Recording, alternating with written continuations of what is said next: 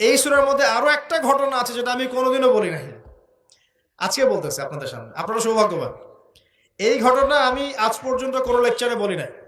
সূরা কাহাফে আরো একটা বিষয় আছে যেটা আপনাকে চেনাবে যে দাজ্জালের সভ্যতাগুলো কেমন হবে। একটু মনোযোগ দেন প্লিজ।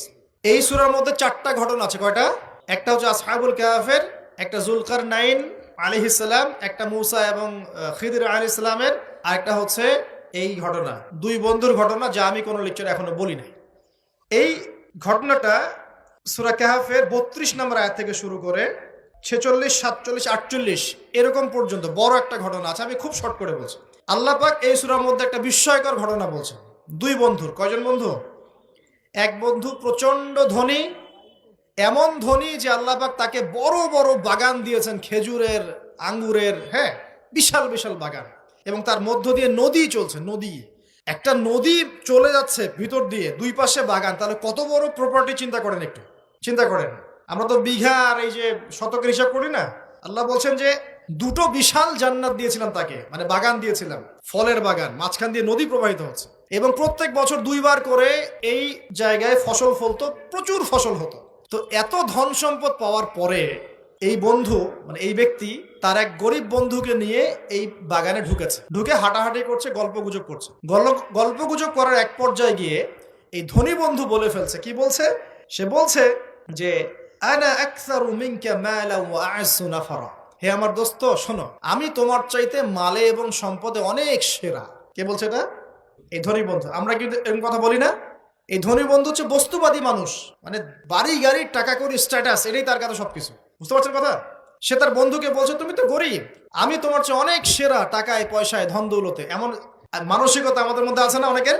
আচ্ছা, এবার সে আরো বলছে যে ওয়াদাখালা জান্নাতাহু ওয়া হুয়া যালিমুল লিনাফসি। সে তার জান্নাতে প্রবেশ করলো, তার নফসের উপর সে জুলুমও করে বসলো। কিভাবে জুলুম করলো? এভাবে সে বলছে ক্বালা মা আযুন্নু আন তাবিদা হাদিহি আবাদা। কে বলছে এটা? এই ধনী বন্ধু। সে বলছে, হে আমার গরিব বন্ধু, শোনো, আমি মনে করি না, আমি বিশ্বাসই করি না, আমি মনে করি না যে আমার এই প্রপার্টি কখনো ধ্বংস হয়ে যাবে। আমি এটা বিশ্বাস করি না। বুঝতে পারছেন? ওই যে আমি পরকালে বিশ্বাস করি না, কিয়ামতে বিশ্বাস করি না, আখিরাতে বিশ্বাস করি না, কোন সভ্যতা বলেন? আচ্ছা, সে বলছে যে মা আযুন্নু আন তাবিদা হাদিহি আবাদা। আমি বিশ্বাস করি না, আমি মনে করি না যে এই প্রপার্টি কখনো ধ্বংস হতে পারে। ওয়া মা আযুন্নু সাআতা কায়িমা। আর আমি এটাও মনে করি না যে কিয়ামত কখনো হবে। বুঝতে পারলেন কথা? আমি এটাও বিশ্বাস করি না যে কিয়ামত কখনো হবে। তার মানে বন্ধুটা বস্তুবাদী না, সে পরকালে বিশ্বাস করে না, কিয়ামতে বিশ্বাস করে না। সে তার ধন সম্পত্তির মোহে এত আসক্ত হয়ে গেছে যে সে মনে করে যে এটা কখনো আমার থেকে যাবে না। এমন চিন্তা আমাদের মধ্যে আছে না? এই চিন্তাটাকে আধুনিক পরিভাষায় বলা হয় মেটেরিয়ালিজম। কি বলা হয়?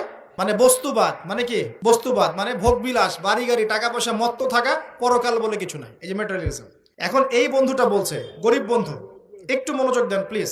এই বন্ধুটা বলছেন, গরিব বন্ধু, যে ক্বালা লাহু সাহিবুহু ওয়া ইউহাওয়ারু। গরিব বন্ধুটা তাকে বলছে আকাফারতা বিল্লাযী খালাকাকা মিন তুরাব। হে আমার ধনী বন্ধু, তুমি কি সেই সত্তার সাথে কুফরি করছো যে তোমাকে মাটি থেকে সৃষ্টি করেছেন? সুম্মা মিন নুতফা। এরপর তোমাকে মায়ের গর্ভে নুতফা আকারে রেখেছিলেন। সুম্মা সাওয়াকা রাজুলা। এরপর তোমাকে এই পুরুষের আকৃতি দিয়েছেন। তুমি কি সেই সত্তা আল্লাহকে অস্বীকার করছো? মানে কিয়ামতকে অস্বীকার করার মধ্য দিয়ে তুমি আল্লাহকে অস্বীকার করছো কি? ওয়ালাউলা ইয দাখালতা জান্নাতুক। তুমি যখন তোমার জান্নাতে ঢুকলা, তুমি এটা কেন বললা না যে লা কুওয়াতা ইল্লা বিল্লাহ, মাশাআল্লাহ, লা কুওয়াতা ইল্লা বিল্লাহ, মাশাআল্লাহ, আল্লাহ পাক কি চমৎকার জান্নাত আমাকে দিয়েছেন, লা কুওয়াতা ইল্লা বিল্লাহ, আল্লাহ ছাড়া কোনো শক্তি সামর্থ্য নাই। এমনটা কেন বললে না? এমনটা না বলে কেন এইটা বললা যে ওমা আযুন্নু সাআতা কায়িমা, আমি বিশ্বাস করি না যে কখনো কিয়ামত হবে, আমি বিশ্বাস করি না যে এইটা কখনো ধ্বংস হবে। এমনটা কেন বললা? তুমি কেন কুফরি করলা? এরপর যেটা হয়েছে, আল্লাহ রাব্বুল আলামিন এই যে বন্ধু, গরিব বন্ধু, তাকে দুনিয়া এবং আখিরাতে বিশাল নিয়ামত দিয়ে দিয়েছেন। আর এই ধনী বন্ধুর জান্নাতটাকে আল্লাহ পাক এক রাতের মধ্যে ধ্বংস করে রেখে দিয়েছে। এক রাতের মধ্যে পুরো জান্নাতকে ধ্বংস। পরের দিন সকালে সে এসে দেখে যে এটা কোন জায়গায় আসলাম, এটা আমার বাগান বাগিচা বলে মনে হচ্ছে না। সে হাত কসলাচ্ছিল এবং বলছিল, কোরআনে ভাবে বলছে, হাত কসলাচ্ছিল আর বলছিল যে হায়, আমি যদি আমার রবের সাথে শিরিকটা না করতাম, হায়, আমি যদি আমার রবের সাথে কুফরি না করতাম, তাহলে আজকে আমার এই অবস্থা হয়তো হতো না। এই ঘটনাটা ঠিক পরে আল্লাহ পাক বলছেন ওয়াদরিব লাহুম মাসালুল হায়াতিদ দুনিয়া। হে নবী মুহাম্মদ সাল্লাল্লাহু আলাইহি ওয়াসাল্লাম, তুমি এবার তোমার উম্মতের কাছে দুনিয়ার দৃষ্টান্তটা পেশ করো।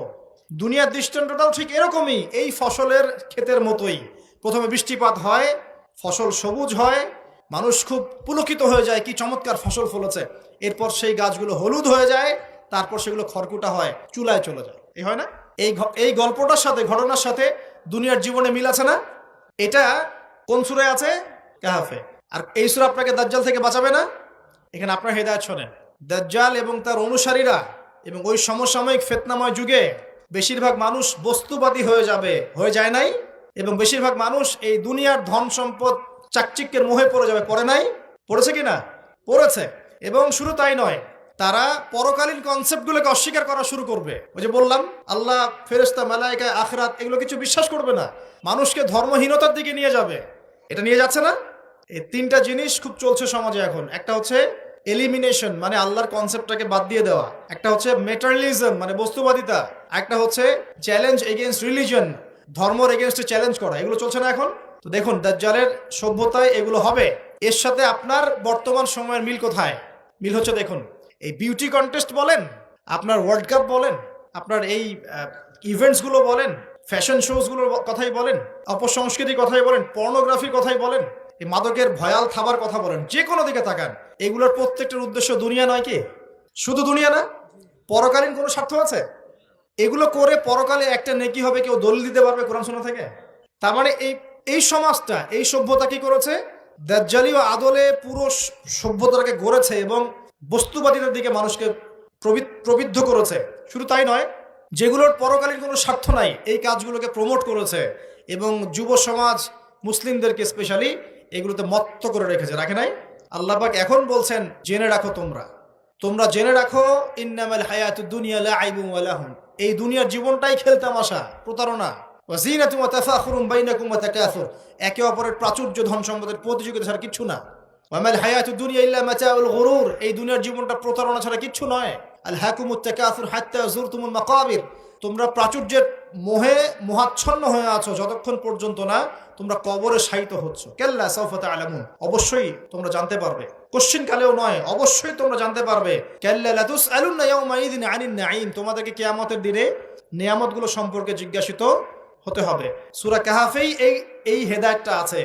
এই দুই বন্ধুর ঘটনা আপনাকে দেখাবে কিভাবে বস্তুবাদী সভ্যতা এবং আল্লাহ ভীরু সভ্যতার কনফ্লিক্ট হয়। সর্বশেষে আল্লাহর অনুগত সভ্যতার জয় হয়েছে, বস্তুবাদী সভ্যতাকে আল্লাহ পাক ধ্বংস করে দিয়েছেন না? দিয়েছেন। এবং এই ঘটনার পরেই দুনিয়ার জীবনের দৃষ্টান্ত দেওয়া হয়েছে, যে দুনিয়ার জীবনটাকে আল্লাহ পাক বলেছেন খেলতামাশা, প্রতারণা ছাড়া কিছুই নয়। হ্যাঁ, কেউ যদি বলে খেলাধুলার কোনো দলিল কোরআনে আছে কিনা, আমি বলবো হ্যাঁ আছে। আল্লাহ পাক বলেছেন, ওয়ামা হাযিহিল হায়াতুদ দুনিয়া ইল্লা মাতাউল গুরুর ই'লামু আন্নামাল হায়াতুদ দুনিয়া লাইবুন ওয়া লাহু। অতএব খেলাধুলার দলিল কোরআনে আছে। আল্লাহ পাক বলছেন, দুনিয়ার জীবনটাই তোমাদের খেলাধুলার প্রতারণা, ধোঁকা। কি বুঝলেন? এই দুনিয়ার জীবনটাই হচ্ছে খেলাধুলা, প্রতারণা, মোহ এবং ধোঁকা, এবং তোমাদের পারস্পরিক চাকচিক্যের প্রতিযোগিতা ছাড়া কিচ্ছু নয়। এখন এই সভ্যতার দিকে তাকাবেন চোখ কান খোলা রেখে, যে যত রকম ফাহেসা কাজগুলো মিডিয়া দিয়ে প্রমোট করা হচ্ছে, এগুলোর মূল উদ্দেশ্য হচ্ছে দুনিয়া, এবং মুসলিম যুবকদেরকে এবং উম্মাকে তাদের মূল উদ্দেশ্য থেকে সরিয়ে দেওয়ার চেষ্টা করা। আমাদের মূল উদ্দেশ্য কি? এক, আমাদের মূল উদ্দেশ্য ছিল জ্ঞান অর্জন করা। মূল উদ্দেশ্য ছিল জ্ঞান অর্জন করে আমল করা, আল্লাহ পাকের জমিনে দিনের প্রচার করা। আমাদের পৃথিবীর মূল উদ্দেশ্য ছিল কি? পারিবারিক আদর্শ ঠিক করা, সন্তানদেরকে মানুষ করা, সমাজের কাঠামো ঠিক করা, হালাল খাওয়া, দিনের দাওয়াতি কাজ করা, আল্লাহর জমিনে দিনটাকে প্রচার করা, প্রসার করা, প্রতিষ্ঠার চেষ্টা করা। এগুলো আমাদের মূল উদ্দেশ্য ছিল। এখান থেকে সরিয়ে এনে আমাদের সবার চোখকে এখন বিভিন্ন আমোদ প্রমোদ ফুর্তির দিকে ফোকাস করিয়ে রাখা হয়েছে, এবং এর ফলশ্রুতিতে আমরা আমাদের দুনিয়াতে আসার উদ্দেশ্যটা কিন্তু ভুলে গেছে। প্রিয় ভাইয়েরা, সতর্ক থাকবেন। যে বিষয়টা যতটুকু লিমিট আছে, এই লিমিট ক্রস করতে যাবেন। যতটুকু করা জায়েজ আছে এতটুকু করবেন, যেগুলোতে জায়েজ নাই সেগুলো জায়েজ না। আল্লাহ রাব্বুল আলামিন আপনাদের সবাইকে ইসলামের বেসিক বিষয়গুলোর উপর টিকে থাকার তৌফিক দান করুন, এবং যাদের কথা বললাম আমি ইনডাইরেক্টলি, তাদের যে এজেন্ডাগুলো আছে, এজেন্ডাগুলো বোঝার তৌফিক দান করুন, এবং এর ভিতর দিয়ে তারা উম্মার যে ক্ষতি করছে, এই ক্ষতিগুলো বোঝার তৌফিক আল্লাহ পাক আমাদের সবাইকে দান করুন।